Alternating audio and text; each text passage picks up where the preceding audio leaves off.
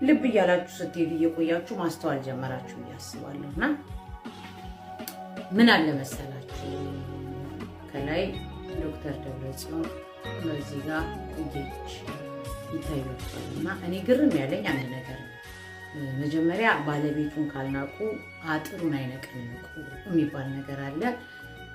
እኔ እናቴን አባቴን ካላከበርኩ ማንም መጥቶ ቢዘረጥጣቸው ችግር የለም።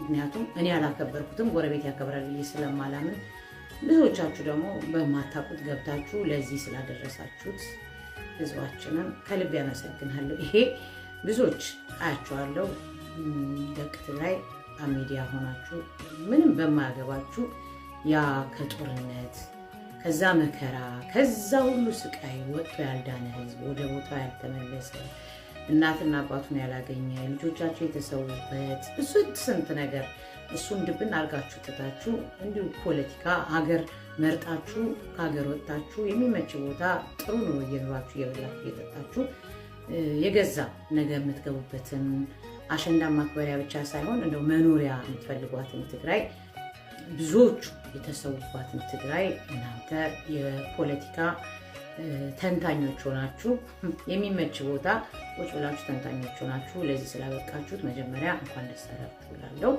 ከዛ በመቀጠል ትናንትና የትግራይ ህዝብ በዛ ደረጃ ሲጨፈጨፍ በዛ ደረጃ ያ ሁሉ መከራ ሲወርድበት አንድ ሰው ሚዲያ ላይ የተወሰኑ ሰዎች ናቸው በእጅ የሚቆጠሩ የሚመሰገኑ የሚነገሩ የሚወራላቸው እነሱ በዛ ሰዓት ባልተናነሰ ድምጽ ይሆኑ ናቸውና አሁን ላይ ግን በጸባችን ወይም ደግሞ ባለው ችግር ግን ሁሉም እጁን አስገብቶ ሲወጣውት ማየት በራሱ ይገርማል።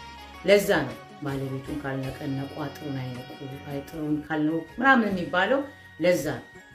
ማንም ትላንትና በዛ በጦርነቱ ሰዓት አንድ ውሃ መግዣ ያላከ እንዴት ናቸው ያላለ መንገድ ዘግቶ ጀግና ጨርሳቸው እያለ እንደዛ ሲያቅራራ የነበረ ሁሉ ዛሬ የትግራይ ተጨናቂ የትግራይ ሐሳቢ ሆኖ እንዴት ማድረግ አለባቸው ደብረጽዮን እንደዚህ ነው ጌች እንደዛ ነው ሲሉ ማየት በራሱ ከዚህ በላይ ሞት የለም ብዬ ነው የማስበው።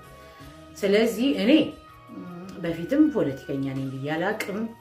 የብዙ ሰዎች አስተሳሰብ እኔ ማንነቴ መውደዴና ማንነቴ ማክበሬ ፖለቲከኛ ዘረኛ ይሉኛል።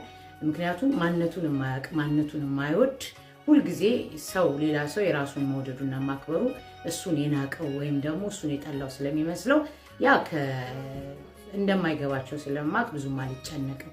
ነገር ግን የእውነት ነው የምነግራችሁ። በመጀመሪያ እኔ በዚህ ነገር ላይመቻችሁ ይችላል ባለጌ ብዬ የምለው ሚዲያ ላይ ያላችሁ ተጋሯቱ ብቻ በትግራይ ፖለቲካ ተጨንቃችሁ 48 ሰዓት ማንም እድሉን ሳይሰጣችሁ ህዝብ ሳትወክሉ ኑሯችሁን ሳትኖሩ እንዲሁ እየወጣችሁ ስትሳደቡና አንድ ሰው እንኳን ሚሊዮን ነገር ጥሩ አድርጎ አንድ ቀን ሲሳሳት ሚሊዮን ጥሩ ያደረገውን ሳይሆን አንድ ቀን ስተቱን ይዛችሁ የምትተቹና የምትናገሩ በጣም የምታሳዝኑኝ አረቃችሁ ማሰብ የማትችሉ በጣም ብዙዎቻችሁን አይቻለሁ። እኔ በግሌ ማንንም ወክዬ ተናገሩልኝ ብዬ አላውቅም። እኔ አሁንም ነገም ከነገ ወዲያ ከፖለቲከኞች ጋር ሳይሆን ከህዝብ ጋር ነው።